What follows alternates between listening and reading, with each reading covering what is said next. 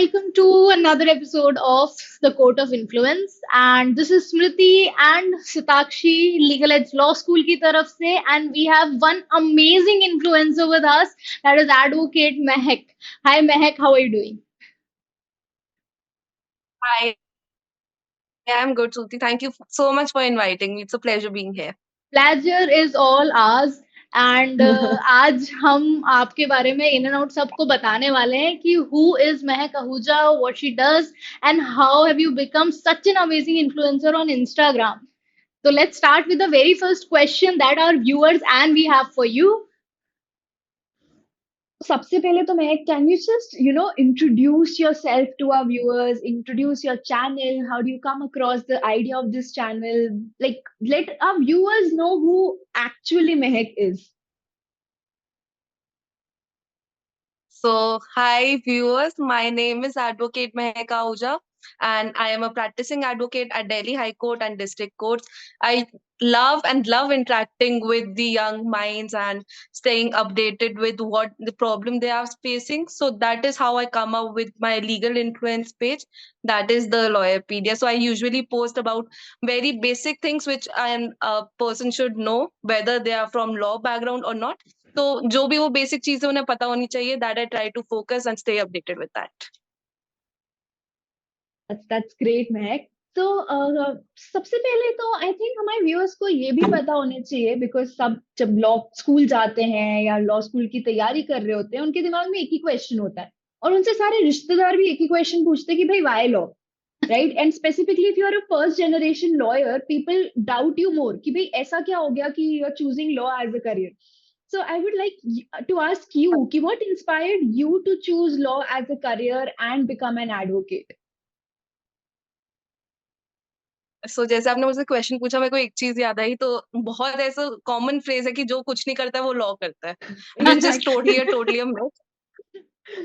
तो लॉ करना is totally not easy.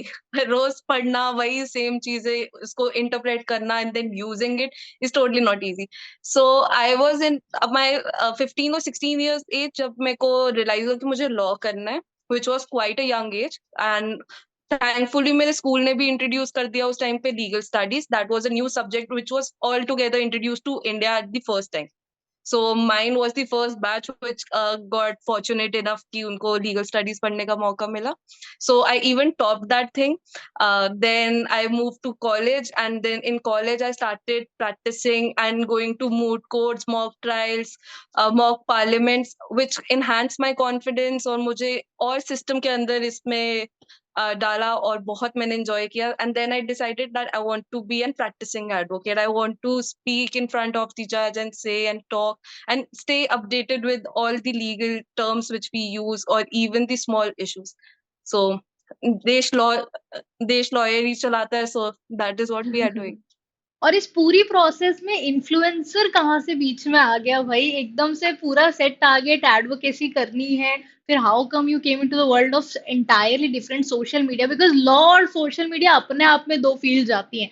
तो कैसे आप इन्फ्लुएंसर बन गए एकदम से, and on the top of it manage कैसे करते हो यार, एक साइड में एडवोकेसी और दूसरी साइड में इन्फ्लुएंसर, और that too Instagram? Yes, it's a quite, I would say personally a hectic thing, but I really like getting dressed up. सुबह उठते ही कि आज मेरे को कोट में ये पहनना है. Although it's only the black and white coat, but I can still use it.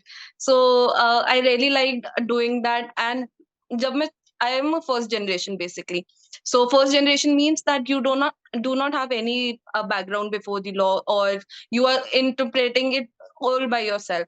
सो बहुत ही बेसिक बेसिक चीजें होती थी जो मुझे नहीं पता होती थी. तो मुझे लगा जब मेरे को फैशन का भी शौक है और मुझे कुछ बेसिक चीजें जो लोगों को मैं बता रही हूँ और खुद सीख रही हूँ, so this would be a best platform कि जब सोशल इन्फ्लुएंसर हो सकते हैं, लाइफस्टाइल इन्फ्लुएंसर हो सकते हैं, तो लीगल इन्फ्लुएंसर्स क्यों नहीं हो सकते हैं.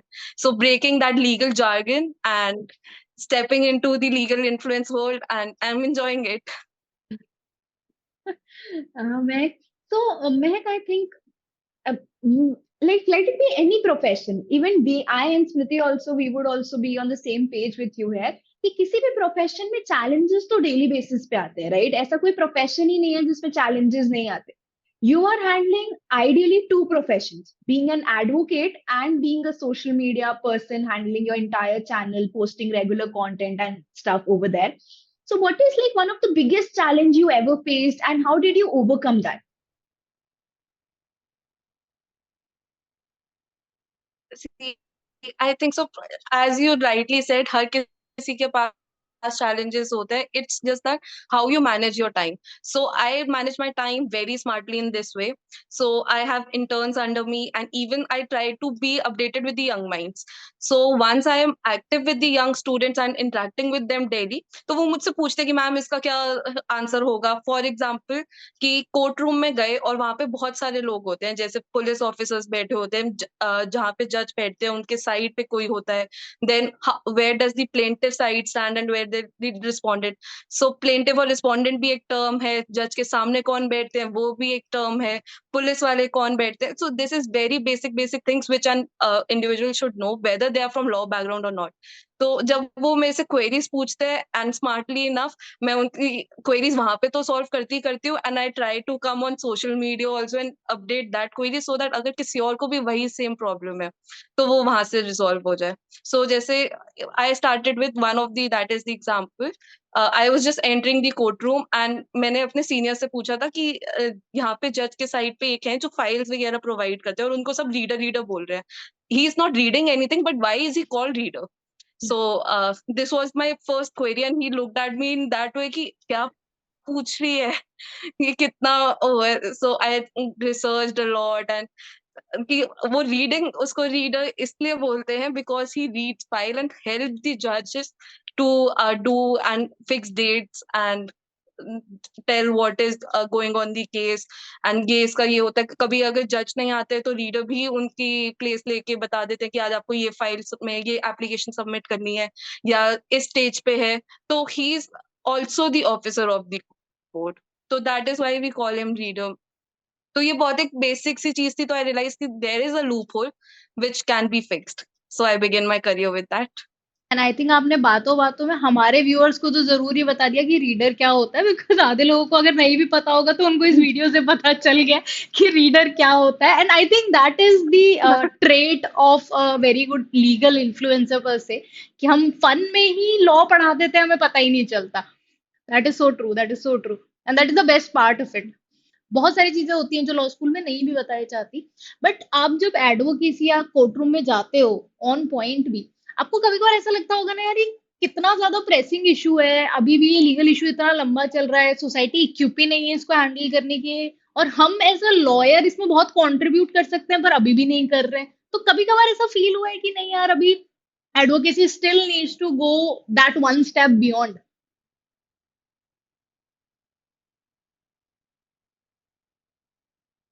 Yes, definitely definitely it feels like. But ऐसा नहीं होता कि जब हम कोर्ट रूम में जाते हैं तब हमें ऐसा फील होता है to be on the practical point. But once we go through the judgments then we realise कि बहुत अभी हम लैग कर रहे हैं. अभी भी बहुत सारे चेंजेस आ सकते हैं जो आने चाहिए. So the hot topic for today's और maybe the today time is LGBTQ community. तो उनको लीगलाइज तो कर दिया है बट अभी उनकी मैरिज लीगलाइज नहीं करी है. सो दिस इज पार्शियल थिंग जो अभी लीगल सिस्टम में हुआ है और पार्शियल इन्होंने अभी फिक्स नहीं किया. बट जैसे सब कहते हैं कि तारीख पे तारीख होती है और वो एक प्रोसेस होता है. सो this is quite a true which I would say कि क्योंकि कभी कोई एडवोकेट नहीं आता या कभी जज इज ऑन लीव या कभी रिस्पोंडेंट और plaintiff is on leave. So थोड़ा सा उसमें इशू लैक हो रहा है. So which we need to be address और जो चीजें सॉल्व आउट हो सकती हैं with time basis. So this is the main issue that I think which we should work on कि within कुछ एक time limit fix कर दें कि for example you have to dispute all the cases, get ended of all the cases by 2 years or 3 years maximum. So ऐसी बहुत सारी policies और भी अभी आई हुई हैं which the court is working on, and even the Supreme Court in today's day is working so hard after the new justice is being appointed, Mr. Levi Chandrachud. So yeah, we are moving ahead but we need time also. I'll totally agree with you. And Mehak, I think कि law school में बहुत बच्चे, they go through moot courts and all the stuff where you get a factual situation, you prepare yourself around that. So because you are a practicing advocate and law school में भी students, they look up to advocates, specifically those जिनको litigation करना होता है ना? So can you share one of or maybe few of your most interesting cases that you came across कि भाई ये वाला case जो एक हुआ था which I handled, which was very different, मतलब it was very memorable, or maybe the facts of the case were such जो आपको बहुत interest किया था? Yes definitely. सो जब मैंने लॉ स्कूल में एडमिशन लिया तो मैंने बस एडमिशन यही सोच के अपनी यूनिवर्सिटी डिसाइड करी थी कि कहाँ पे कंपटीशन ज्यादा होते हैं, so that I get to step into the legal world and see कि कैसे काम होता है और कैसे होता है। So I was a very active user at that time, I used to participate a lot. So मैंने मूट कोर्ट में पार्टिसिपेट किया and at the end of my fourth year I was like pro, मुझे सब आता है मूट court में, आप मुझसे कुछ भी पूछो मुझे सब आता है। फिफ्थ ईयर तक बहुत ज्यादा ओवर कॉन्फिडेंस हो गया था इस चीज का, बट मेरे पास एक केस आया मेरा। I was in my fifth year only when I got the case and I prolonged it and I gave to my senior. So जिनको मैंने अपने आफ्टर लॉ स्कूल ज्वाइन किया, so this is a very funny story I which I am going to narrate now. So मैंने senior को दिया और वो एक केस एक स्टेज पे पहुंच गया विच इज क्रॉस एग्जामिनेशन।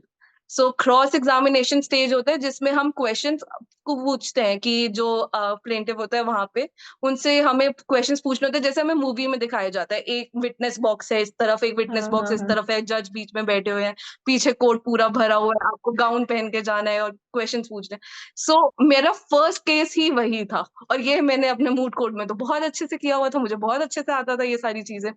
तो मैं अपने उस दिन जजमेंट्स ले गई साथ में और अपने साथ बहुत सारे फैक्ट्स ले गई, बहुत अच्छे से फाइल्स पढ़ी रात को बैठ के कि मैं ये पूछूंगी, इतनी तेज शोर मचा के पूछूंगी, ऐसे पूछूंगी वैसे पूछूंगी। And once I entered the court room it was complete silent. इतनी धीरे बात कर रहे थे कि अगर कोई सेकंड रो में भी कोई खड़ा है उसे सुनाई नहीं दे रहा कि क्या बात हो रही है। और ऐसा कुछ भी नहीं होता कि हम विटनेस बॉक्स में जाके उनसे क्वेश्चंस पूछते हैं। सर ने मुझे बताया था कि ऐसा सिनारियो होता है, you have to go in front of the जहाँ पे कंप्यूटर पे स्टेनोटाइपर बैठे होते हैं उनसे क्वेश्चंस पूछने होते हैं, ऐसे विटनेस पे नहीं बोलते, which I was mentally prepared also. But my mental preparation was कि जॉली एलएलबी वाली मूवी में या फिर पिंक मूवी वाले में कि कैसे वो ऐसे इतनी जोर से मचाते हैं शोर और ऐसे हमें क्वेश्चंस पूछने हैं, फैक्ट्स भेजने हैं, जजमेंट पे जजमेंट ऐसे फेंकनी है ऐसे। So I went in that scenario. तो मैं गई और मैंने एक दो तो क्वेश्चन पूछ लिए जो बिल्कुल, और मैंने हार्डली सिर्फ 10 क्वेश्चंस पूछे थे उस टाइम पे, और वो भी बिल्कुल ऐसे फ्रैक्चुअल बेस्ड। और एक में बोला ये आप झूठ बोल रहे हो, ऐसे नहीं हो सकता। और सब मुझे ऐसे देख रहे हो, what is she doing, is she mad और शी क्रेजी, इतनी यंग सी बच्ची क्या कर रही है। और मेरे सबसे फनी बात थी, जो लॉ स्टूडेंट्स होंगे या फिर जो प्रैक्टिसिंग एडवोकेट्स होंगे रियलाइज करेंगे कि हमें जब जब हम क्वेश्चन पूछते हैं हमें ना उसका डॉक्यूमेंट्री एविडेंस भी साथ में रिकॉर्ड करवाना होता है। जैसे फॉर एग्जांपल मैंने पूछा व्हाट इज योर नेम, आपने रिप्लाई दिया your name is my name is Smiti. So आपको एज एन एडवोकेट आपको रिकॉर्ड करवाना है उसमें। तो उसमें बोलना है कि इन्होंने बोला है my name is Smiti, I live in this this this area, I am student of this this this, ऐसे करके प्रॉपर टाइप करवाना होता है, बोलना होता है। और मुझे पता नहीं था कि ऐसा भी कुछ होता है, मुझे लगा बस क्वेश्चन पूछना है, सब कुछ ऐसे ही करना है। और जो मेरे रिस्पोंडेंट साइड के थे वो मेरे लिखो, I was the plaintiff in this. So जो मेरे उस टाइम पे रिस्पोंडेंट साइड के थे वो लिखवा रहे थे कि ये पूछ रही है और आपको ये करना है। और मेरे सीनियर आए नहीं थे और मैंने बहुत ब्लंडर क्रिएट किया था उस कोर्ट रूम में। और अभी तक वो सॉल्व नहीं हुआ अभी। ये ब्लंडर मेरा अभी तक चलता आ रहा है, डेट्स लगती आ रही है इसमें, but I had done this mistake हाँ, तो हमने वाई एंड भी आई ऐसी ली वुड थी। Advise don't go. हमने वाई भी या वो मैं हीरो वाली ले ली थी, तारीख पे तारीख, तारीख पे तारीख वाली, तो तारीख तो लगनी थी। हाँ, बिल्कुल। And I think this is a very good learning for all the law बिल्कुल, और स्टूडेंट्स तारीखें आल्सो। अब ऐसी लग रही है ऑलमोस्ट ईयर और हम तारीखों पे ही अटके जा रहे हैं। कि भाई जैसा आप मूवीज में देखते हो वैसा एक्चुअली नहीं होता है, मतलब मैं की स्टोरी से सबको यही समझ आ रहा है कि मूवीज में जो आपने बिल्कुल देखा है ना नहीं होता वैसा वैसा, बिल्कुल बिल्कुल नहीं, बिल्कुल मत नहीं करो। होता है। या पर या फ्रिक्शनल की अगर बात करें मैं, सो इमेजिन कर लो कि आप एक हीरो ही हो और आपको कोई सुपर पावर मिल भी जाती है, सो एक लीगल हीरो की क्या सुपर पावर होनी चाहिए? आपके दिमाग में क्या दिमाग चलता है कि यार अगर मैं लीगल सुपर हीरो होती तो ये पावर तो मेरे पास होनी होनी होती? आई रियली विश मेरे पास ये पावर आ जाए और आप जो बोल रहे हो काश ऐसा हो जाए, सो दैट कि मैं इंटरप्रेट कर पाऊँ कि दूसरे के मन में क्या चल रहा है। I can read the mind, I want that power कि मैं डिसाइड कर पाऊँ कि वेदर माय क्लाइंट और even someone is coming and approaching me, ये सच बोल भी रहे हैं या ये अपनी कहानी बनाने के लिए ही कर रहे हैं। So I would like to read the mind कि वो क्या बोल रहे हैं एंड कितना सच है, and I could help in the justice in that way. So ये सुपर पावर तो मुझे मिल जाए बस कैसे भी।